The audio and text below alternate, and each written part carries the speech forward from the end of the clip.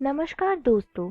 आज हम जीव विज्ञान का एक नया पाठ शुरू करेंगे जिसका नाम है रासायनिक समन्वय तथा एकीकरण। अब हम इस पाठ का पहला भाग पढ़ेंगे। इस वीडियो में हम पढ़ेंगे परिचय, अंतःस्रावी ग्रंथियां और हार्मोन, मानव अंतःस्रावी तंत्र जिसमें हम पढ़ेंगे हाइपोथैलेमस और पीयूष ग्रंथि के बारे में। परिचय। आप अध्ययन कर चुके हैं कि तंत्रिका तंत्र विभिन्न अंगों के बीच एक बिंदु दर बिंदु द्रुत समन्वय का कार्य करती है। तंत्रिका समन्वय काफी तेज लेकिन अल्प अवधि का होता है। तंत्रिका तंतुओं द्वारा शरीर की सभी कोशिकाओं का तंत्रिकायन नहीं होने के कारण कोशिकीय क्रियाओं के लिए तथा निरंतर नियमन के लिए एक विशेष प्रकार के समन्वय की आवश्यकता होती है। ये कार्य हार्मोन द्वारा संपादित होते हैं। तंत्रिका तंत्र और अंतःस्रावी तंत्र मिलकर शरीर क्रियात्मक कार्यों का समन्वय और नियंत्रण करते हैं। अंतःस्रावी ग्रंथियां और हार्मोन। अंतःस्रावी ग्रंथियां में नलिकाएं नहीं होती है, अतः वे नलिका विहीन ग्रंथियां कहलाती है। इनके स्राव हार्मोन कहलाते हैं। हार्मोन की चिरसम्मत परिभाषा के अनुसार हार्मोन अंतःस्रावी ग्रंथियों द्वारा स्रावित रक्त में मुक्त किए जाने वाले रसायन हैं जो दूरस्थ लक्ष्य अंगों तक पहुंचाए जाते हैं।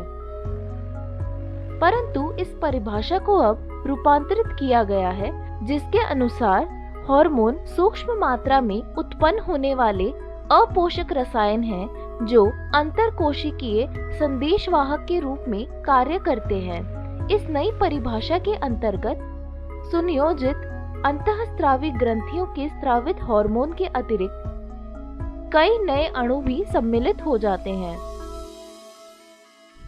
अकशेरुकियों में कम हार्मोन के साथ एक सरल अंतःस्रावी तंत्र होता है, जबकि कशेरुकियों में कई रसायन हार्मोन की तरह कार्य करते हैं, उनमें समन्वय स्थापित करते हैं। यहाँ मानव अंतःस्रावी तंत्र का वर्णन किया गया है। मानव अंतःस्रावी तंत्र। अंतःस्रावी ग्रंथियां और शरीर के विभिन्न भागों में स्थित हार्मोन स्रावित करने वाले ऊतक या कोशिकाएं मिलकर अंतःस्रावी तंत्र का निर्माण करते हैं। पीयूष ग्रंथि, पीनियल ग्रंथि, थायराइड, एड्रीनल, अग्नाशय, थायराइड एवं पैराथायराइड, थाइमस और जनन ग्रंथियां हमारे शरीर के सुनियोजित अंतःस्रावी अंग हैं। इनके अतिरिक्त कुछ अन्य अंग जैसे जठर, आंत्रिय मार्ग, यकृत, वृक्क, हृदय आदि भी हार्मोन का उत्पादन करते हैं। हाइपोथैलेमस। जैसा कि आप जानते हैं कि हाइपोथैलेमस डायनसेफलॉन का आधार भाग है और यह शरीर के विविध प्रकार के कार्यों का नियंत्रण करता है। इसमें अंतःस्रावी ग्रंथियों की स्थिति, हार्मोन का उत्पादन करने वाली कई तंत्रिका स्रावी कोशिकाएं होती है, जिन्हें न्यूक्ली कहते हैं। ये हार्मोन पीयूष ग्रंथि से स्रावित होने वाले हार्मोन के संश्लेषण और स्राव का नियंत्रण करते हैं। हाइपोथैलेमस से स्रावित होने वाले हार्मोन दो प्रकार के होते हैं। मोचक हार्मोन जो पीयूष ग्रंथि से हार्मोन के स्राव को प्रेरित करते हैं, और निरोधी हार्मोन जो पीयूष ग्रंथि से हार्मोन को रोकते हैं। उदाहरणार्थ, हाइपोथैलेमस से निकलने वाले गोनाडोट्रोफिन मुक्तकारी हार्मोन के स्राव पीयूष ग्रंथि में गोनाडोट्रोफिन हार्मोन के संश्लेषण एवं स्राव को प्रेरित करता है। वहीं दूसरी ओर हाइपोथैलेमस से ही स्रावित सोमैटोस्टेटिन हार्मोन पीयूष ग्रंथि से वृद्धि हार्मोन के स्राव का रोधक है।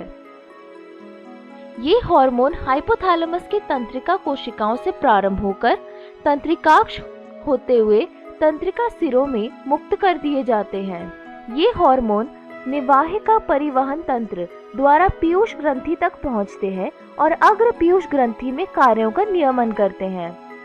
पश्च पीयूष ग्रंथि का तंत्रिकीय नियमन सीधे हाइपोथैलेमस के अधीन होता है। पीयूष ग्रंथि। पीयूष ग्रंथि एक सेला टर्सिका नामक अस्थिल गुहा में तंत्रिका कोशिकाएं स्थित होती है और एक वृंत द्वारा हाइपोथैलेमस से जुड़ी होती है। आंतरिकी के अनुसार पीयूष ग्रंथि एडिनोहाइपोफाइसिस, न्यूरोहाइपोफाइसिस नामक दो भागों में विभाजित होता है। एडिनोहाइपोफाइसिस दो भागों का बना होता है, पार्स डिस्टेलिस और पार्स इंटरमीडिया।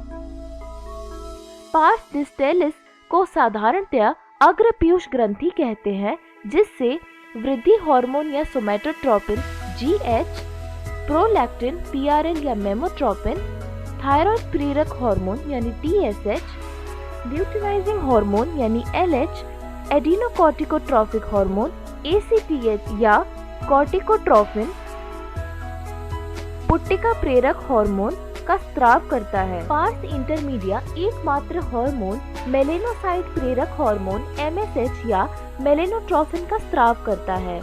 यद्यपि मानव में पार्स इंटरमीडिया पार्स डिस्टेलिस के लगभग जुड़ा होता है।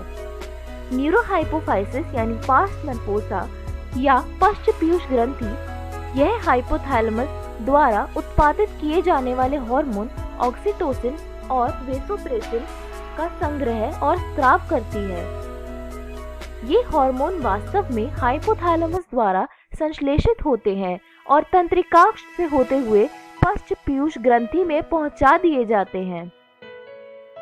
वृद्धिकारी हार्मोन GH के अतिस्राव से शरीर का असामान्य वृद्धि होती है, जिसे जाइगेंटिज्म कहते हैं, और इसके अल्प स्राव से वृद्धि अवरुद्ध हो जाती है, जिसे पिट्यूटरी ड्वार्फिज्म या बौनापन या वामनता कहते हैं। प्रोलैक्टिन हार्मोन स्तन ग्रंथियों की वृद्धि और उनमें दुग्ध निर्माण का नियंत्रण करता है। थायराइड प्रेरक हार्मोन थायराइड ग्रंथियां पर कार्य कर उनसे थायराइड हार्मोन का संश्लेषण और स्राव को प्रेरित करता है। एड्रीनोकॉर्टिकोट्रोफिक हार्मोन ACTH एड्रीनल वलकुट पर कार्य करता है और इसे ग्लूकोकॉर्टिकॉइड्स नामक स्टीरॉयड हार्मोन का संश्लेषण और स्रवण करता है। ल्यूटिनाइजिंग और पुट्टिका प्रेरक हार्मोन जननांगों की क्रिया को प्रेरित करते हैं और लिंगी हार्मोन का उत्पादन करते हैं, अतः गोनाडोट्रोपिन कहलाते हैं। नरों में ल्यूटिनाइजिंग हार्मोन एंड्रोजन नामक हार्मोन के संश्लेषण और स्राव के लिए प्रेरित करता है। इसी तरह नरों में पुट्टिका प्रेरक हार्मोन और एंड्रोजन शुक्राजनन को नियंत्रित करता है। मादाओं में ल्यूटिनाइजिंग हार्मोन पूर्ण विकसित पुट्टिकाओं से अंडोत्सर्ग को प्रेरित करता है और ग्राफियन पुट्टिका के बचे भाग से कॉर्पस लूटियम बनाता है। पुट्टिका प्रेरक हार्मोन मादाओं में अंडाशय पुट्टिकाओं की वृद्धि और परिवर्धन को प्रेरित करता है। मेलेनोसाइट प्रेरक हार्मोन मेलेनोसाइट्स पर क्रियाशील होता है तथा त्वचा की वर्णकता का नियमन करता है। ऑक्सीटोसिन हमारे शरीर की चिकनी पेशियों पर कार्य करता है और उनके संकुचन को प्रेरित करता है। मादाओं में यह प्रसव के समय गर्भाशय पेशियों के संकुचन और दुग्ध ग्रंथियों से दूध के स्राव को प्रेरित करता है। वेसोप्रेसिन मुख्यतः वृक्क के दुरुस्त संवलित नलिका से जल एवं आयनों के पुनरावशोषण को प्रेरित करता है, जिससे मूत्र के साथ जल का ह्रास यानी डायूरेसिस कम हो। अतः इसे प्रतिमूत्रल हार्मोन या एंटी डायूरेटिक हार्मोन ADHC कहते हैं। इस वीडियो में हमने सीखा परिचय, अंतःस्रावी ग्रंथियां और हार्मोन, मानव अंतःस्रावी तंत्र जिसमें हमने पढ़ा हाइपोथैलेमस और पीयूष ग्रंथि के बारे में। अगली वीडियो में हम पढ़ेंगे मानव अंतःस्रावी तंत्र जिसमें हम पढ़ेंगे पीनियल, थायराइड ग्रंथि, पैराथायरॉइड, थाइमस ग्रंथि, अधिवृक्क ग्रंथि और अग्नाशय के बारे में। धन्यवाद।